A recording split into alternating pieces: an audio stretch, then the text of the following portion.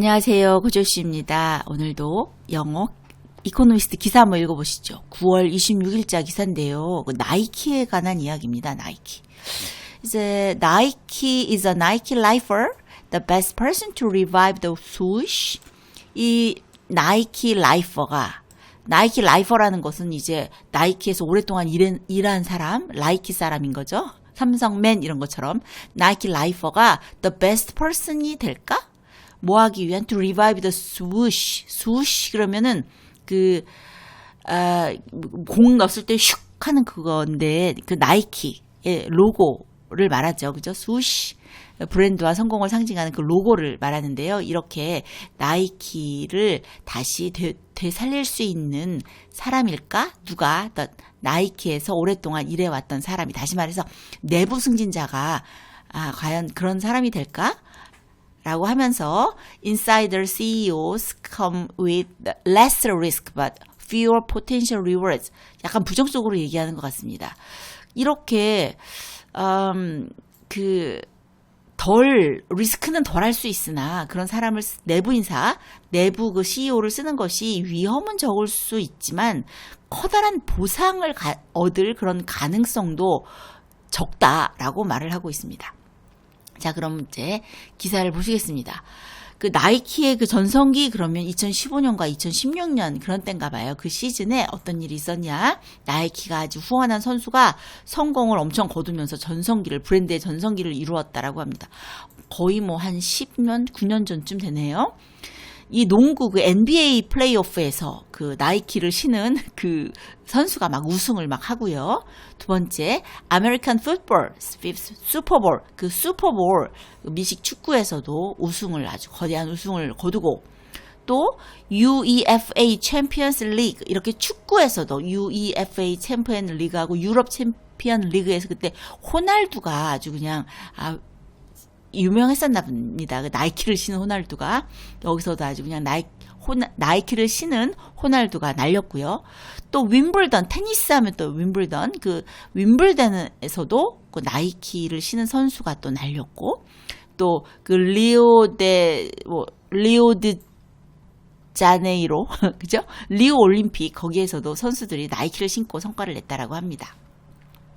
자, 이렇게 나이키가 아주 그냥 그 운동 쪽에서도 아주 성과를 이뤘다면, 그때 그 나이키 기업도 당시가 아주 golden for Nike, 황금기였나 봅니다. 그때 revenue, 또 영업이익도, 수익도 아주 증가를 했고요. 그 다음에 operating margin, 그 영업 마진도 아주 상당히 증가를 했다라고 합니다.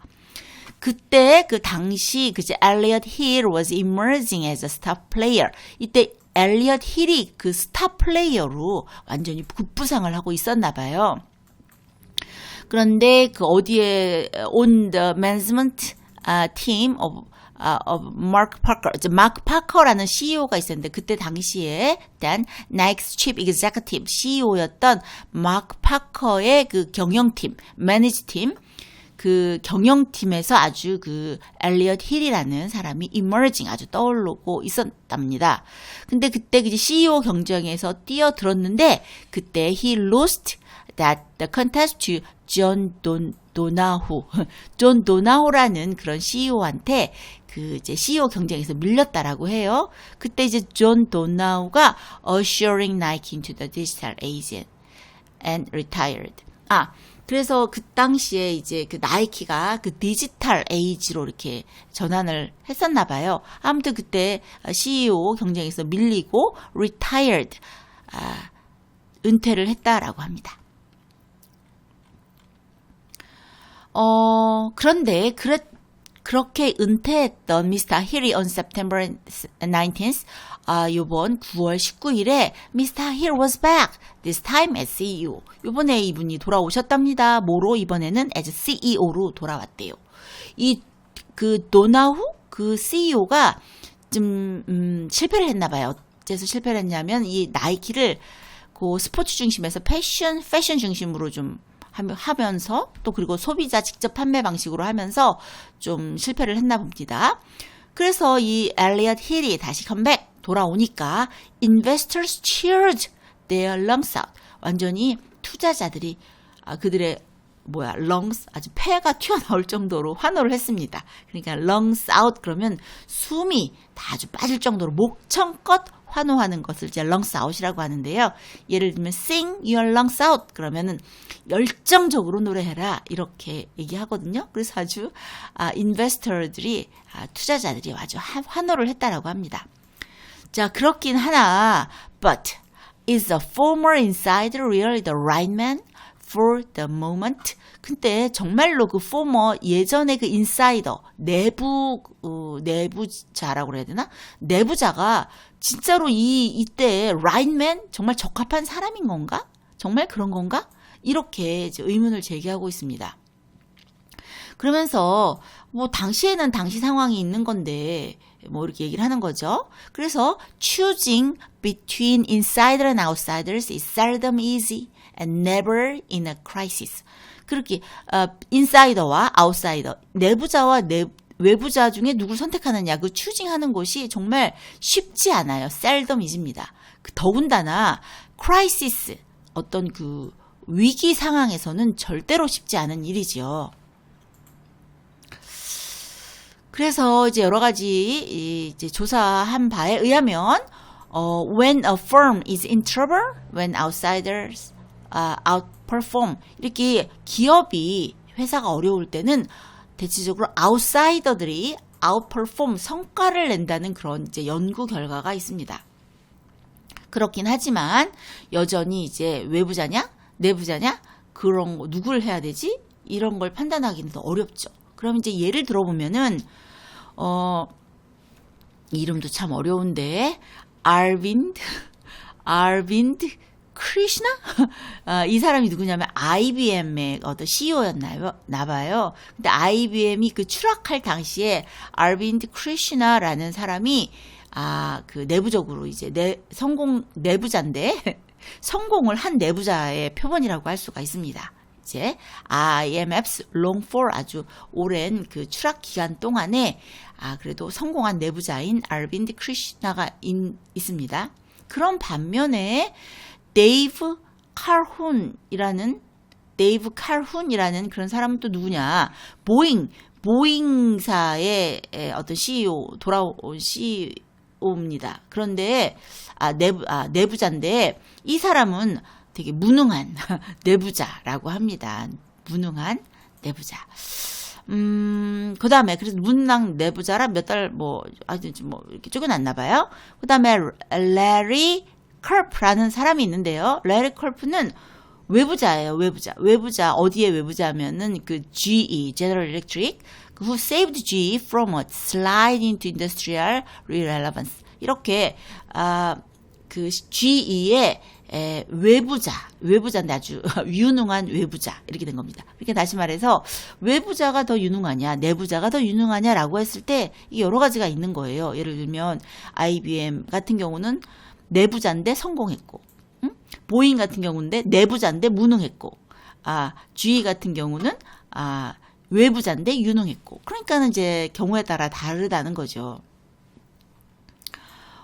그리고 이제 former bosses 전임 보스가 다시 돌아온 경우 사례 이것을 이제 부메랑 CEO라고 하는데요. 부메랑 나갔다가 다시 들어오는 경우 이런 경우는 이제 예를 들면 가장 성공한 케이스는 누굽니까? 스티브 잡스잖아요. 그죠? 스티브 잡스 성공했습니다. 그런데 이제 스타벅스 같은 경우 스타벅스는 이제 처음에 슐츠는 성공을 했었나 봐요. 슐츠 다음에 후임자가 누구냐면 락스만 나라심한 맞나? 이 사람인데요. 이제 슐츠는 이제 성공했던 스벅의 최고 경영자인데 이 사람 다음으로 왔는데 아주 이 사람은 실패했다라고 합니다. 그 다음에 이제 밥 아이거라는 사람이 있는데요. 이게 이제 디즈니 who left 디즈니를 이제 2020년에 떠났다가 다시 돌아온 사람인데 이 사람이 이제 후임자를 선정하고 나갔는데 이 후임자가 너무나 무능해서 이제 다시 돌아왔대요. 그렇지만 후임자보다는 낫지만 그래도 다른 디즈니 경쟁사에 비해서는 성과가 좀 저조했나 봅니다. 그 다음에 잭 돌시라는 사람이 있는데요. 이 사람은 이제 트위터 트위터에 다시 돌아온 사람인데 지금은 트위터가 X로 바뀌었나 봐요. X. 그래서 지금의 트위터의 새 이름인 X보다는 낫지만 그래도 메타의 그 주크버그와 비교했을 때는 이제 별로라는 거죠. 그래서 다시 부메랑 CEO 같은 경우는 이제 스티브 잡스처럼 성공한 경우도 있지만 뭐 여러 가지 상황이 있다라고 얘기를 하고 있습니다. 그러면 이제 그 힐 같은 경우는 어떠냐? 그래서 제목이 Hill to Climb. 그 영어 이 사람의 이름이 그 힐이잖아요, 그죠? 그 CEO 돌아온 CEO 이름이 엘리엇 CEO인 사람 엘리엇 힐 그죠? CEO의 이름이 엘리엇 힐인데요. 여기 보면 제목이 Hill to Climb 이렇게 돼 있습니다. 올라가기가 힘든 언덕이에요. 근데 이코노미스트 같은 경우는 약간 이렇게 언어의 유희가 있습니다. 이코노미스트를 읽는 맛이 이제 여기 있는데요. 이제 비슷한 이름을 쓴 거죠. 아무튼 이 미스터 힐이 이제 나타났어요. 근데 이 미스터 힐은 탑독은 아니었어요. 그죠? 탑독. 탑독은 꼭대기 개라는 말은 아주 그 최고의 위치에 있는 사람을 탑도그라고 합니다. 탑도그. 이렇게 최고의 위치에 있는 사람은 아니었으나 like Mr. Iger. 자, 아이거 디즈니의 그 아이거처럼 직원들에게 사랑을 많이 받았다라고 합니다. 받는다라고 합니다. 그리고 like Mr. Dorsey처럼 돌시는 그 트위터, 그죠? 그 전에 트위터의 돌시처럼 아주 되게 헌신적이라고 합니다. 또 like Mr. Schultz 그 스벅에 여러 번 다시 온 CEO, 성공한 CEO 슐츠처럼 아주 글로벌 익스펜션, 글로벌 확장에 또 도움이 된다라고 합니다. 그런데 또 이제 경고가 있습니다. 경고. 어떤 경고를 하고 있냐면 cautionary tale. 경고성의 이야기를 하자면 자, 팻 겔싱어나 올리버 블룸. 자, 팻 겔싱어는 우리 했습니다. 그 인텔의 CEO죠. 그죠? 회사 나갔다가 다시 돌아온 CEO. 그죠? 복귀한 사람 중에 그 팻 겔싱어가 있고요. 인텔에. 그 다음에 폭스바겐에 올리버 블룸이 있어요. 이제 팻 겔싱어나 올리버 블룸이 둘 다 이제 나갔다가 다시 CEO로 복귀한 사람인데 이 둘 다 시장의 변화를 따라잡지 못했다는 게 그런 아주 그 cautionary tale이 있습니다. 그렇기 때문에 하는 말이 이제 what made firms great in the past may be less relevant now that the world around them has changed. 그러니까는 그 기업을 과거에 in the past, 과거에 아주 기업을 대단하게 만들었던 것이 현재하고는 별 관련이 없다라는 거예요. 왜냐하면 현재 이 세상은 계속 변하고 있기 때문에 과거의 영광이지 과거에 잘했다고 지금 잘할 수 있다? 그건 좀 알 수 없다라는 거죠. 그러기가 힘들다는 거죠. 그러면서 하는 말이 willingness to take risk on products and athletes. 이게 중요하다. 나이키의 전성기적의 어떤 장점이 뭐였냐면 willingness였어요. 어떤 위험을 감수하는 거예요. 감수하는 거. 뭐를? take risk. 뭐에 대한 위험을 감수하는 거냐면 프로덕트와 애슬리트. 어떤 제품과 운동선수에 대한 위험을 감수하는 거지. 예? 지금 엘리엇 힐을 다시 불러들인 것은 아마도 the board, its board, 이 나이키의 이사회가 maybe playing it too safe with Mr. Hill. 너무 too 그러면 약간 부정적이잖아요. 너무 안정적인 것을 선택한 것 같다라고 얘기를 하고 있습니다. 그러니까는 관점이 그렇게 긍정적이지는 않은 것 같습니다. 자, 저와 함께 또 나이키에 대해서 한번 읽어보셨습니다. 아이고, 오늘도 공부하시느라고 수고하셨습니다.